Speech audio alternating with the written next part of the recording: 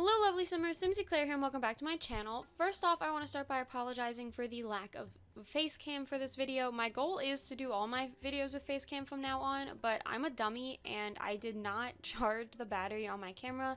And I used to have two batteries, but one of them has disappeared to the nowhere land of my bedroom, so unfortunately I was unable to...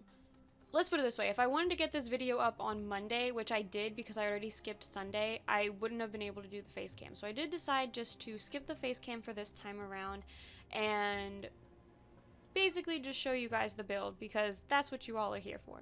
So for this build, I was really inspired by the New Orleans Bayou. So when we first got this pack, I definitely got like voodoo vibes and stuff, and Guidry the ghost is kind of dressed like an old gentleman from New Orleans, or so I thought, and I think I read that a lot of people thought that as well. And I wanted to kind of do a traditional old swamp home in the bayou, and the person who would live here would be kind of like a voodoo priestess or someone who, you know, communed with the dead and was a paranormal investigator and stuff like that. And basically they offered their services to those in need, and they lived in a haunted house themselves. I thought maybe the person who lived here was haunted by ghosts from her past, and she herself was like unable to move on. Kind of like if you've ever seen the movie Insidious, how I don't remember the old lady's name. It might have even been Lorraine, but she was the primary ghost hunter in the movie Insidious, and her husband did end up passing away in one of the movies. I can't remember which one it was, and she refused to move on. She kept like his sweater out every night, and she kept trying to talk to him through her mediums and all that stuff. And her job was to help other people move on, but she couldn't do it herself. And I definitely thought that this was something kind of similar. Maybe this person had lost a husband or a mother or a father, someone who was very near and dear to them, and they lost them on this lot, and they did not expel the ghost. They kept it hanging on because they were trying to, you know, stick with them and never really let them go. So my idea was that they brought people to their home, their haunted home. They helped them commune with the dead, helped them get over what they were dealing with, and then, you know, lived kind of their isolated life out here in the swamp. So that was a story to go with this build, and as you can see, I am actually legit building this inside of a swamp. I built a little lagoon around the home, and I filled it with a whole bunch of debug plants. And honestly, I thought that the hardest part of this build was going to be finding plants that matched the theme I was going for, but for some unknown reason, debug base game, like the very first 10 plants, all seem very swampish. And we don't have a swamp in the game, which is why I think I was so confused as to why we had all these swamp-like plants. But they worked so well for what I was trying to do, especially the trees that had like these growths hanging off of them. It almost looked like their first attempt at an El Salvadorado plant, and they redid them and did them better for El Salvadorado, but they're still absolutely beautiful plants. So that was definitely like I was really happy when I found those, because I thought I was going to have to makeshift my own bayou plants, and I didn't have to do that. And then I'm creating a couple of other debug items to make the pathway to the house. Now obviously that bridge is not functional. Your sim will swim to the house though, so that's how they will get there. And then the outside was done really quickly because it was basically just all landscaping. And now we're on into the interior, and the interior is all this new pack. I really wanted to kind of feature it and highlight it. So over here we have the new hallway table, and we have some base game books next to the statue of Horus and the sacred candles and one of the new plants that we got. I really like these new plants, though there's technically two that go on the ground. One of them is the giant palm tree, and one of them is in a glass jar similar to the one I used here. I always shrink down the other one in the glass jar though, so that way it can go on tables, because I don't understand why it's so big, because it's just big enough that it doesn't fit on any tables, but it's not big enough to where it looks good in like a corner of a room. So I'm not 100% sure why they chose to make it like that and not either bigger or just a little bit smaller. But going in here in the living area, I definitely thought that they would meet with their clients here first, so I set out that tea tray that we got, and then a couple of the jars of candy, because like I said, this lot is haunted.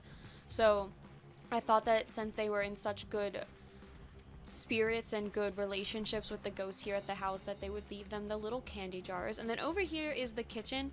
How it's built in this video is not functional, but I did go back in and fix it and make it functional for the upload on the gallery. So before you all come at me in the comments about not having enough counter space, I do fix it. Basically, I just add another counter. The issue was that I do put a clutter item on the corner counter, so it refuses to let your sim use it. So I move the refrigerator over, I get rid of the column, and I added another countertop just right next to the refrigerator. But I really like how, I don't know, cute this kitchen is. It's super tiny, and it doesn't really, like, since there's only one sim living here, it makes sense that the kitchen is so tiny, but they have all these nice, like, refrigerators and stove and appliances, and then just, like, this super tiny kitchen. And then right underneath the window, because I thought they needed more storage space, I did add a couple of shelves. Now, you can kind of see at first I was shrinking down the shelves, but unfortunately I still haven't downloaded my red shelf, so I wasn't going to be able to place the, the clutter onto the shelf itself if I ended up doing that, because they would hover above. So I did end up resizing the shelves back to their initial size, so that way nothing was hovering above anything too badly. And then right now I had to fill up the entire shelf so that way I could go ahead and maneuver things the way that I wanted to, since I don't have my red shelf. I am going to be putting that back in. I had my first issue with custom content, so my Mac, I guess it couldn't register broken CC. I don't know what was going on, but my Mac never ever told me that my CC was broken. It would just stop working inside the game, but it would still let me run the game. It would still let me play. But it took me 40 minutes to find a piece of CC in my computer, and in the end, I ended up just deleting all of my CC, and I still haven't put it all back in yet. But it kept telling me it couldn't open the game because one of my CCs was broken, and I was like, I don't know what CC this is. And then when I found the file and I deleted it, it still told me that the game couldn't open, so that's why I ended up just deleting all my CC, and I'm just gonna read down ones that I know will work. So that's why my red shelf is not in here yet. And then over here in the corner, I am just doing a couple of different clutter items from the pack. I'm using the new palm tree. I did size it down because the corner of it's a big plant, and it keeps merging into the walls in the house, so I was trying to make sure that that didn't happen. And then going in here, this is a large bathroom for one person, but it has everything that they need, and it's fully functional. And I also end up adding a wash bucket in here so that they can do laundry. However, I did forget a hamper and a drying rack, so when I go to upload this to the gallery, I will make sure I remember that. And then in here is the bedroom. I'm using the snowy escape bed, and then I'm merging some couches from, I think it's City Living, into, I flipped them around and then I merged them into the headboard, so that way it was a little bit more sleek and less wood pieces. And then over here on this wall, it takes me forever to find something. I do end up leaving a cabinet here. I think it's the one that I just placed there, but at first I didn't think that your sim would be able to walk by it, and then I remembered that I only was planning on putting one sim in here, so I only needed one side of the bed to work. So after I decorate this area here with some plants and a couple more just clutter, like basic clutter items from the new pack and from Realm of Magic, I do go back over there and fill that space up just a little bit more. And I'm really enjoying this trick where I size down the books from vampires. I think it works really well, especially for a spellcaster or someone who's doing voodoo. It could be their like spell book, or you know, their recipe book for their potion area. I think it's a really nice thing. I really like, and I think it works really well. And then over here is the corner that I couldn't figure out what to do with, and then I eventually find something. So I think the issue is that wherever I placed these wall pictures, there was always empty space, and I didn't like the empty space. And then I fit this unit in here so that way there wasn't as much empty space, but then I wanted something because there's like this little gap where the pictures are because of how they're angled, and so I do end up placing a chair. I think it's the white with the pattern on it. Yeah, this one right here from the new pack. And then in here, this is the seance room. So initially it has a closed door, although I do change that. I end up deleting the door and just placing some curtains over it because I thought that made it look a little bit more cohesive with the hobo Bayou style. And then I placed the new desk that we got in here. I do not put a chair at it though, because I didn't think your Sims would be able to get to all the tables at the seance room.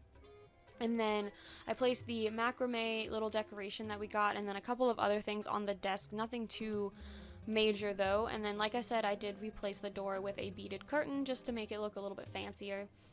And then over here, I was going to place some more of those pictures that we got, but I'd already used them twice in this build, so I decided to use, I think I end up putting some of the spooky stuff pack paintings or some of the other paintings that we got with this pack. I know over here in this corner, I end up placing that Temperance Manor painting, and I didn't know that that one or the Guidry painting was haunted. I had a feeling that Guidry used his painting to get into the real world, but I didn't know that it was technically a haunted painting. So my sim was sitting in here eating dinner while I was trying to take the screenshots, and she was like freaking out because she was sitting next to a haunted painting and it was in the middle of the night, so she was already scared because she was trying to stay in a haunted house.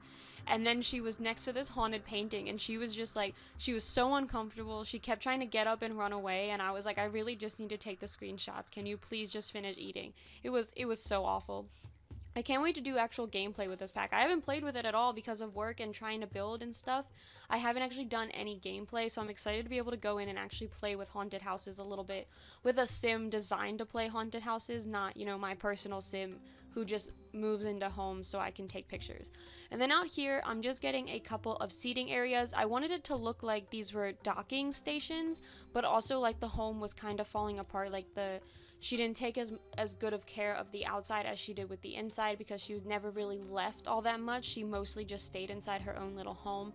But I definitely thought she had her groceries and stuff delivered to her, so I wanted to make sure that these looked like functional docks and functional like boat areas. So I'm using a lot of debug from Cats and Dogs because they do have the boat area in Brindleton Bay where all like the shipment and stuff comes in. And then I add a couple more debug items over here just to give the same effect as the other side to make sure that they looked like they were usable. But besides that, that is it for this build, so I hope you all enjoyed this one. If you did, please be sure to leave a like and subscribe to my channel, and I will see you all next time, hopefully with another face cam. Bye!